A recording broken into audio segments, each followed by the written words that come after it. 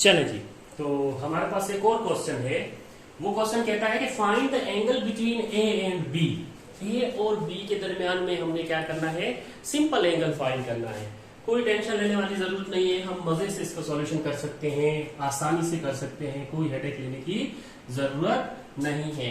काफी easy way है इसका सॉल्व करने का। देखें, एंगल अगर किसी भी दो वेक्टर्स के दरमियान की बात करेगा, निकालना है, तो आपके जहन में पहला जो फॉर्मूला आएगा वो डॉट प्रोडक्ट का आएगा और वो होगा A dot B is equals to A B, लेकिन ये मोड में होगा, मोड ए यानी कि magnitude of A and magnitude of B cos theta. इसकी एक्सप्लेनेशन भी मैंने अपने जब मैंने ये डॉट प्रोडक्ट क्रॉस प्रोडक्ट पढ़ाया है उसमें की हुई है कि आपने क्या गलती नहीं करनी न्यूमेरिकल सोल्व करते हुए। एक दफा वो फिर से लेक्चर रिवाइज कर लीजिएगा ताकि आपकी प्रैक्टिस अच्छी हो जाए। अब देखिए, बात की है एंगल निकालने की। एंगल निकालना है तो हमें इसको इस तरफ लेके आना पड़ेगा, भाई बात सीधे। लेकिन उसके पहले हमें मोड ए मालूम करना है, मोड बी मालूम करना है, ए डॉट बी भी मालूम करना है, फिर हम एंगल को इस तरफ लेके आए और एंगल निकालें तो फिर हम इनकी वैल्यूज पुट कर सकते हैं ना। तो अभी इस फॉर्मूले को ऐसे ही रहने दें, फिर हम क्या करेंगे, एंगल निकालने के लिए इस फॉर्मूले को शफल करेंगे या अरेंज कर लेंगे जिस हिसाब से हमने एंगल निकालना है। पहले मैं निकालूंगा ए डॉट बी, क्योंकि मेरे को यहाँ पे ए डॉट बी चाहिए, गिवन ही नहीं है क्वेश्चन में, कहीं पे भी नहीं गिवन, वेक्टर ए और बी गिवन है, तो ए डॉट बी मैंने निकालना है। Solution for A dot B, यहां पे आपने पहला स्टेप करना है, स्टेप 1।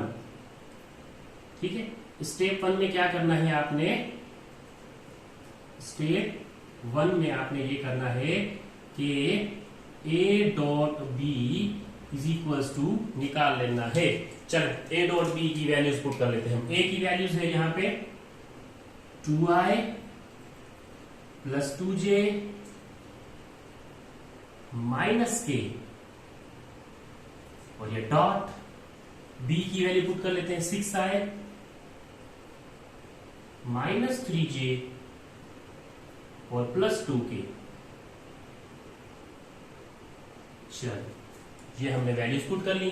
अब हमको पता है हम आई वालों के साथ डॉट प्रोडक्ट में मल्टीप्लाई करते हैं और जे वालों के साथ के वालों के साथ। अच्छा, एक और सवाल जहन में आता है कि सर सिर्फ आई वालों को ही क्यों, हम अगर जे को आई के साथ मल्टीप्लाई करके, ये देखना ये पूरा पोर्शन मल्टीप्लाई में है, तो ये 2 6 के साथ भी होना चाहिए, 3 के साथ भी होना चाहिए और फिर 2 के साथ भी होना चाहिए।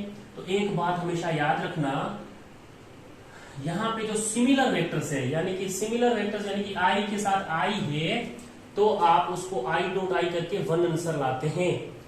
जब आप आई और जे में मल्टीप्लाई करेंगे तो I dot J equal to 0 के होता है, और वो 0 मल्टीप्लाई हो जाएगा सबके साथ, तो सबको 0 बना देगा, फायदा ही नहीं है उसके साथ मल्टीप्लाई करने का। इस वजह से हम सिर्फ आई वाले आई के साथ और जे वाले जे के साथ करते हैं, अदरवाइज हमारा आंसर क्या बन जाएगा, 0 आ जाएगा। ठीक है, अगर हम ए डॉट बी करें तो हमारे पास ये 2 जो है वो मल्टीप्लाई होगा 6 से, और यहां पे होगा आई डॉट आई। ठीक है, अगर ये 2 मल्टीप्लाई करता है 3 से, तो 2 multiply by 3 I dot J. I dot जे क्या होता है, 0 होता है, 0 मल्टीप्लाई बाय समथिंग 0 कर देगा। ठीक है, और plus into minus, minus 2 multiply by 3, ये देखिए 2 multiply by 3 and J dot J. ठीक, जे डॉट जे। अब देखिए माइनस इंटू प्लस माइनस के यानी कि 1 मल्टीप्लाई बाय 2 और के डॉट के। स्टेप बाय स्टेप लेके सॉल्यूशन हमने चलना है, तो ज्यादा स्टूडेंट पे बर्डन नहीं आना चाहिए, स्टूडेंट को पता चलना चाहिए हम क्या कर रहे हैं। तो ए डॉट बी हमारे पास क्या आ जाना चाहिए, ये 6 का पहाड़ा 2 मर्तबा या 2 का पहाड़ा 6 मर्तबा, तो यहां पे आ जाएगा 12। ठीक है, तो ये हो जाएगा 12। आई इंटू आई 1 होता है, तो 1 मल्टीप्लाई बाय 12, तो आंसर क्या हो जाएगा, वही रहेगा। क्यों, क्योंकि 1 इज अ मल्टीप्लिकेटिव आइडेंटिटी होती है। ठीक है, 1 को किसी के साथ मल्टीप्लाई करें आंसर में वही रहेगा। ठीक है, माइनस 3 दूनी 6 और जे डॉट जे 1 होता है, 1 6 के साथ मल्टीप्लाई होगा, हमारे पास आंसर वही आएगा। फिर माइनस 1 इंटू 2 माइनस का 2 और के डॉट के 1 के इक्वल होता है, 2 के साथ 1 मल्टीप्लाई होगा तो 2 ही रहेगा। 6 माइनस 8, तो यहां से क्या आ जाएगा, a dot b is equals to 12 minus 6 और 2 8। तो मेरे पास a डॉट b की वैल्यू क्या आ जाएगी, a dot b is equals to 12 में से 8 गए, बाकी बचे 4। तो ये मेरे पास a डॉट b आ गया। इसको मैं टिफिन बॉक्स की तरह पैक कर लूंगा, इसकी मुझे नीड होगी। यहाँ पे देख लो विजिबल है, हाँ जी थोड़े स्टेप विजिबल है अभी भी। अच्छा, हमने a डॉट b वाला एक स्टेप कंप्लीट कर लिया। अब स्टेप 2 पे आते हैं। स्टेप 2, अब स्टेप 2 में क्या करना है, मोड a मालूम करना है और मोड b मालूम करना है। अब मोड a मालूम करना है, अब मोड a यानी कि आप a वेक्टर के जितने भी यहाँ पे a वेक्टर है उसका मॉडुलस यानी कि मैग्नीट्यूड वाला फॉर्मूला लगा के वो मालूम कर लेंगे। तो यहाँ पे आप x स्क्वायर करें प्लस y स्क्वायर करें और प्लस z स्क्वायर करें, क्यों, क्योंकि 3 डायरेक्शन में आपके पास वेक्टर्स हैं।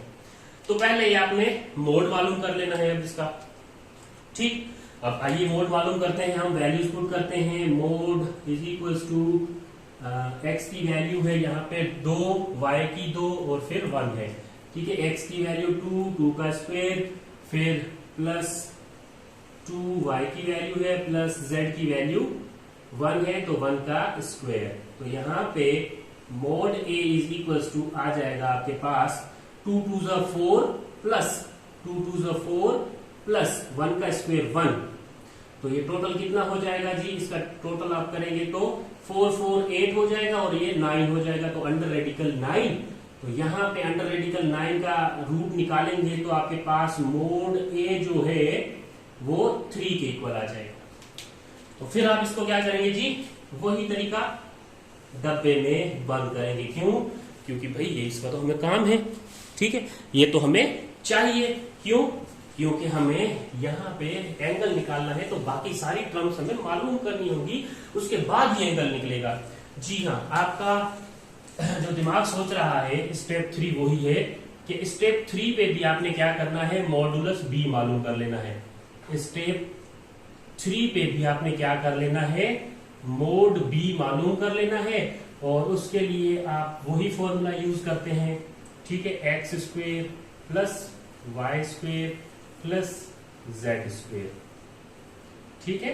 अब इसमें एक्स बी की वैल्यू पुट कर लेनी है, तो हम पुट कर लेते हैं जी।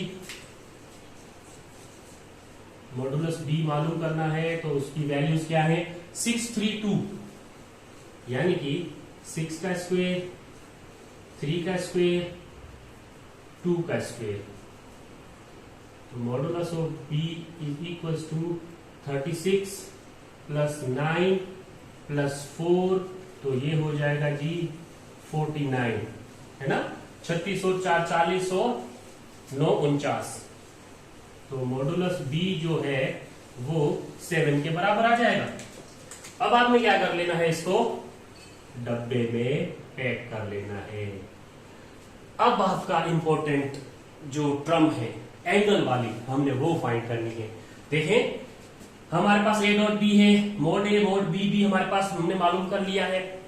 बचा क्या है, एंगल, जो कि हमने मालूम करना है ना। तो एंगल ही तो पूछा हुआ है, find the angle between vector a and b। तो कोई परेशानी वाली बात नहीं है, हम सिंपली अब देखें स्टेप 4 और ये लास्ट स्टेप होगा हमारा। स्टेप 4 हम क्या करेंगे, a dot b is equals to a b यानी कि mod a mod b cos theta होता है, ठीक है। अब यहां से हम cos थीटा को बाहर लेके आना चाहते हैं, क्यों, क्योंकि हमें मालूम करना है। तो देखें, ये cos theta is equal to, cos theta के साथ मोड a और मोड b जो है वो मल्टीप्लाई में है। a डॉट b की तरफ आएंगे तो क्या हो जाएगा, डिवाइड हो जाएगा। तो a डॉट b इधर आएगा और डिवाइड में मोड a मोड b आ जाएगा। देखें, अब हम एंगल एक तरफ लेके आ गए, आसान था आगे नहीं। तो अब देखें cos theta is equal to a dot B किसके इक्वल निकाला हमने 4 के, तो यहां पे मैंने ये 4 पुट कर दिया।